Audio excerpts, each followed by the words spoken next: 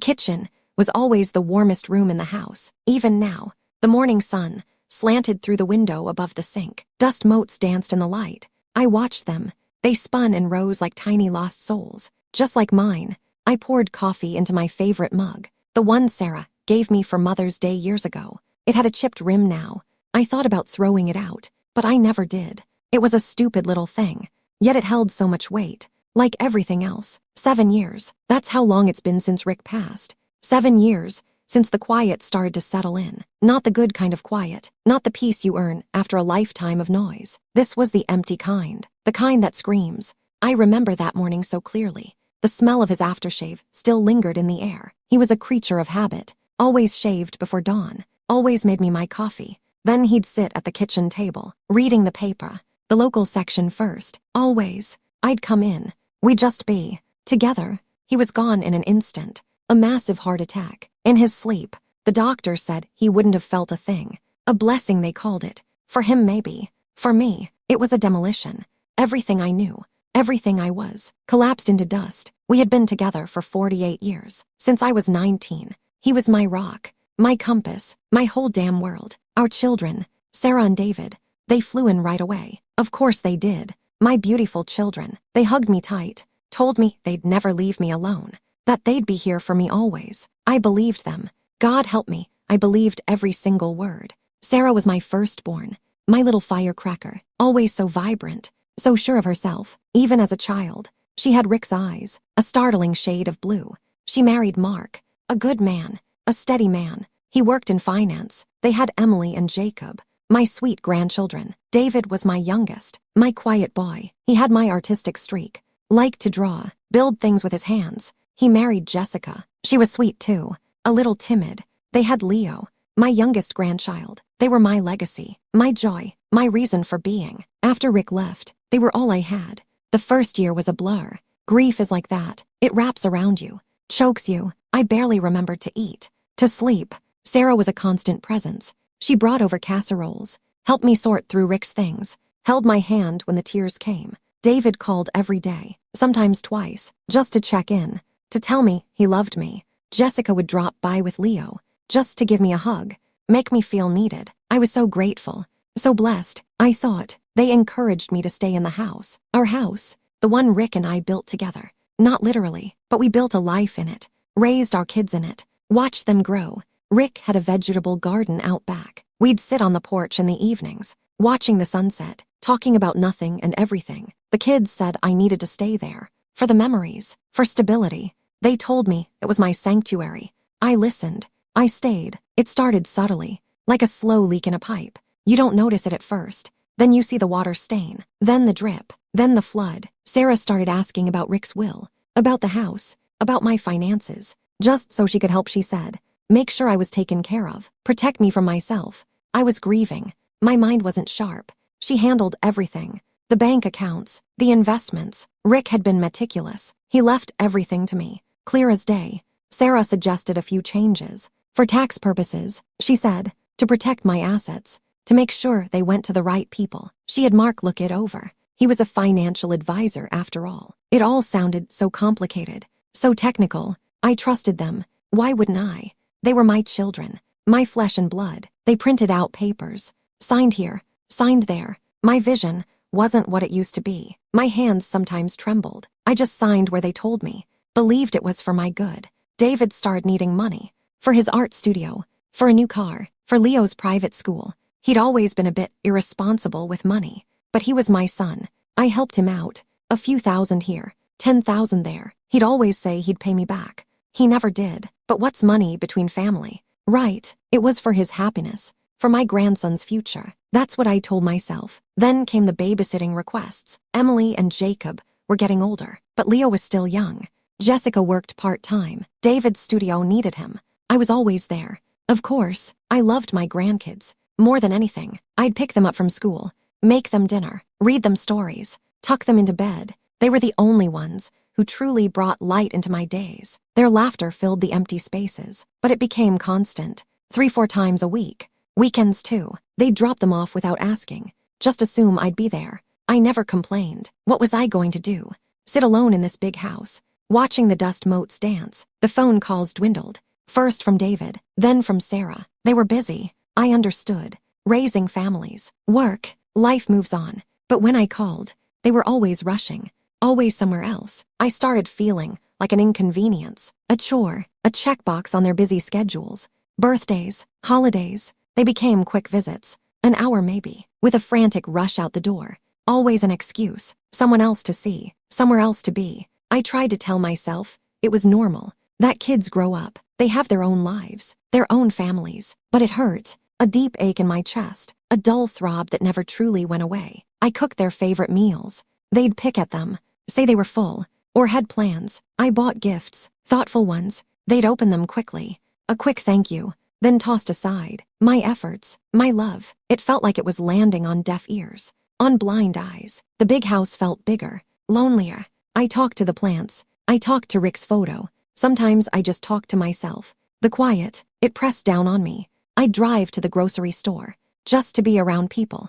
I'd linger in the aisles, pretending to compare brands, hoping to strike up a conversation with anyone, a cashier, a stranger. But everyone was in a hurry, just like my kids. The real shift happened around year 5. That's when Sarah told me about the new arrangement. The house, she said it was too much for me to manage. That the property taxes were getting high, that it would be better if she and David owned it outright, on paper, just for tax purposes, again, for future planning, so I wouldn't have to worry. I could live there as long as I wanted. Of course, it was my home. They promised. They brought papers again, different ones this time, a deed transfer, a quitclaim deed, all these legal terms I didn't understand. I asked about it, my voice trembling a little. What does this mean? Sarah put her arm around me. Mom, she said, it means security. It means you don't have to deal with the headaches anymore. We'll handle everything. The repairs, the insurance. You just live here. You just be. It sounded good.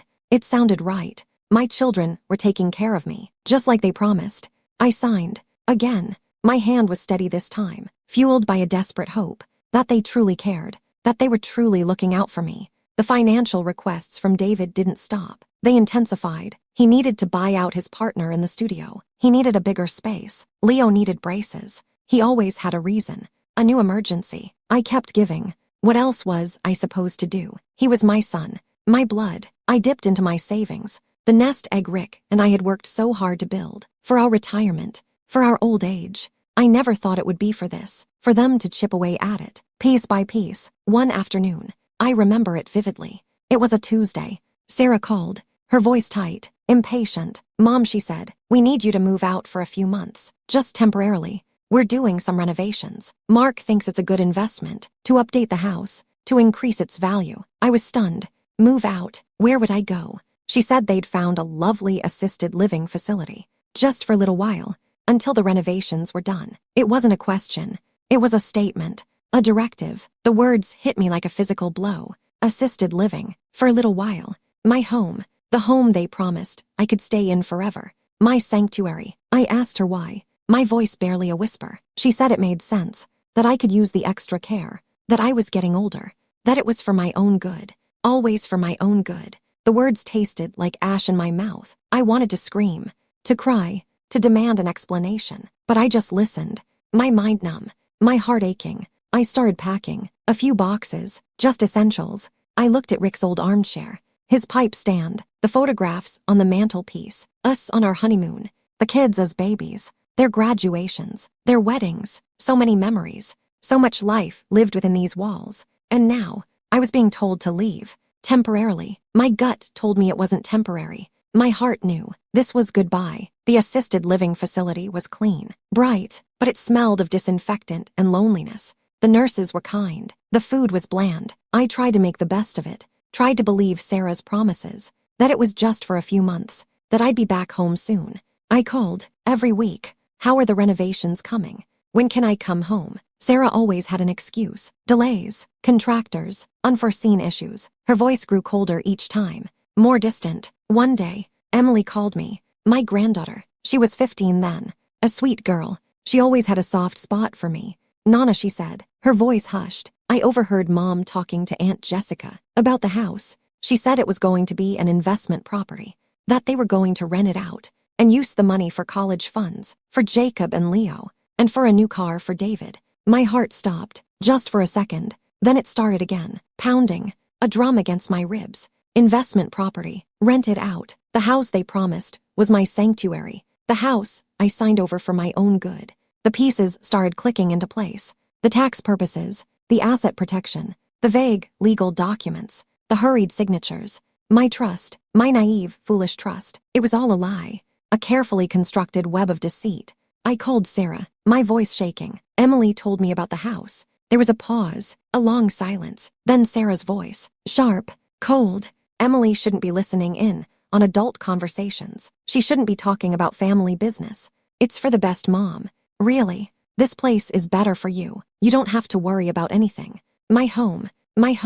She stole it from me. My children stole my home. Then came the final blow. A letter arrived at the facility from a law firm, not Sarah's firm, not Mark's firm, a different one. It was short, clinical. It stated that due to my diminished capacity and the financial arrangements I had previously made with my children, they were now the legal owners of the property at 1422 Elmwood Drive and all related assets. It also stated that my monthly allowance from the investment funds, which had supposedly been set up for my care, would be reduced to cover the costs of the assisted living facility and other necessary expenses. I knew what that meant. Their expenses, diminished capacity. I reread the words. My mind was sharp enough to feel the sting of betrayal, sharp enough to understand the cruel calculation. They had used my grief, my old age, my unwavering love, to strip me of everything. My home, my financial security, my dignity. They had planned this, slowly, patiently, over years, while I was still reeling from Rick's death, while I was still clinging to their false promises of love and care. I tried to fight it. Of course I did. I called lawyers. Most of them listened politely, then told me it would be an uphill battle, that I had signed the papers, that my children had been clever. They had ensured everything was legally sound. On paper, that proving coercion or undue influence would be difficult, expensive. My own children, my own flesh and blood, against me. In court, the thought was sickening. David stopped calling entirely. Sarah visited once. With Mark, they brought a fruit basket. They sat across from me, their faces impassive. We're doing what's best for everyone, Mom. This is hard on us too. Mark said, his voice flat, unemotional. Best for everyone. Best for them. I looked at their faces, the faces I had known since they were babies, the faces I had kissed and comforted, and all I saw was strangers, cold, calculating, unfamiliar. The loneliness became a physical thing, a heavy cloak. I sat in my room, looking out the window at the parking lot, the endless parade of cars coming and going, other residents, with their visitors, their families. I saw grandparents laughing with their grandkids, wives holding hands with their husbands, and I was alone.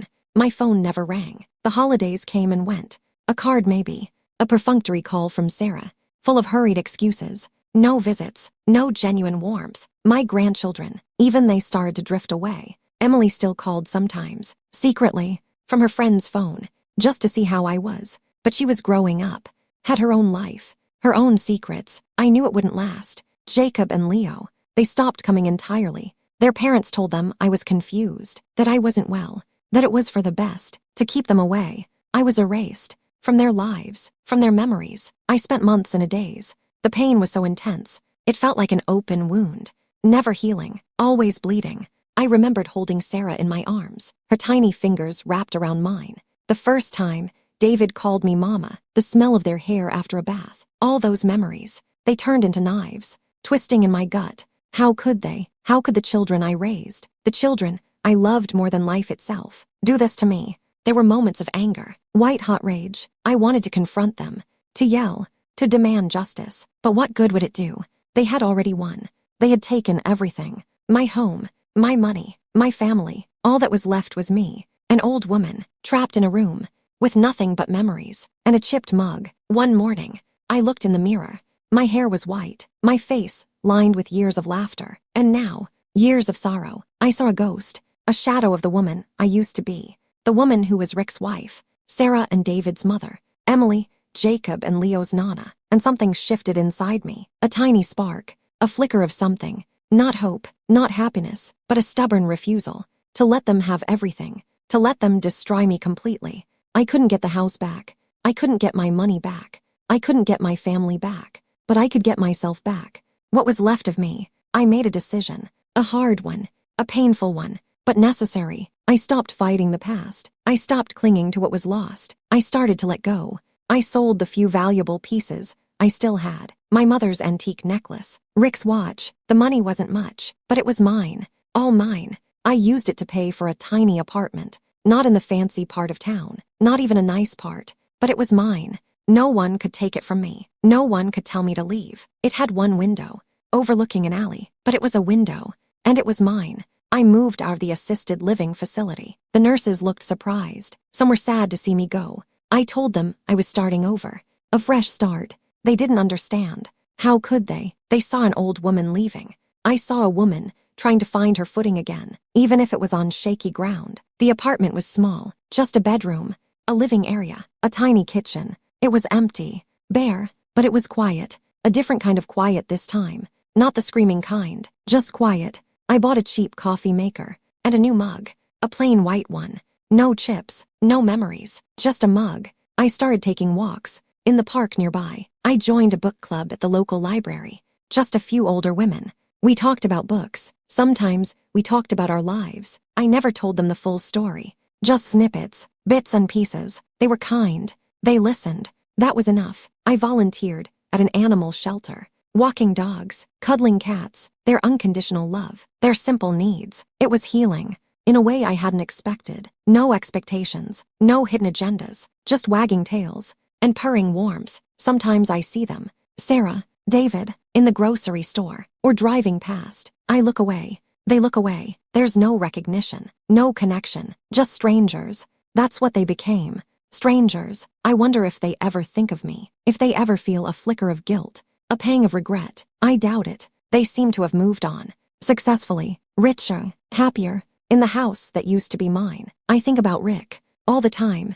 I imagine him beside me. What would he say? He would be heartbroken, furious, but he would tell me to be strong, to find my peace. He wouldn't want me to live in bitterness. It's hard not to. The bitterness, it creeps in, like a persistent weed. But I try, every day, to pull it out, to make space for something else. I still have that chipped mug. Sarah's gift. It's in a box, in the back of my closet. I haven't thrown it out. Maybe one day I will. Maybe one day I'll be truly free from all the ghosts, all the betrayals, all the love that turned to ash. The sun sets outside my small window. The alley below is dark. I'm making dinner tonight, just for me. A simple meal. I'm not sure what comes next, or how the story ends. All I know is this. I'm still here, still breathing, still choosing to live, even after everything they took. They couldn't take that, not entirely. I look out at the darkness, and I feel the silence. This time, it feels like my own.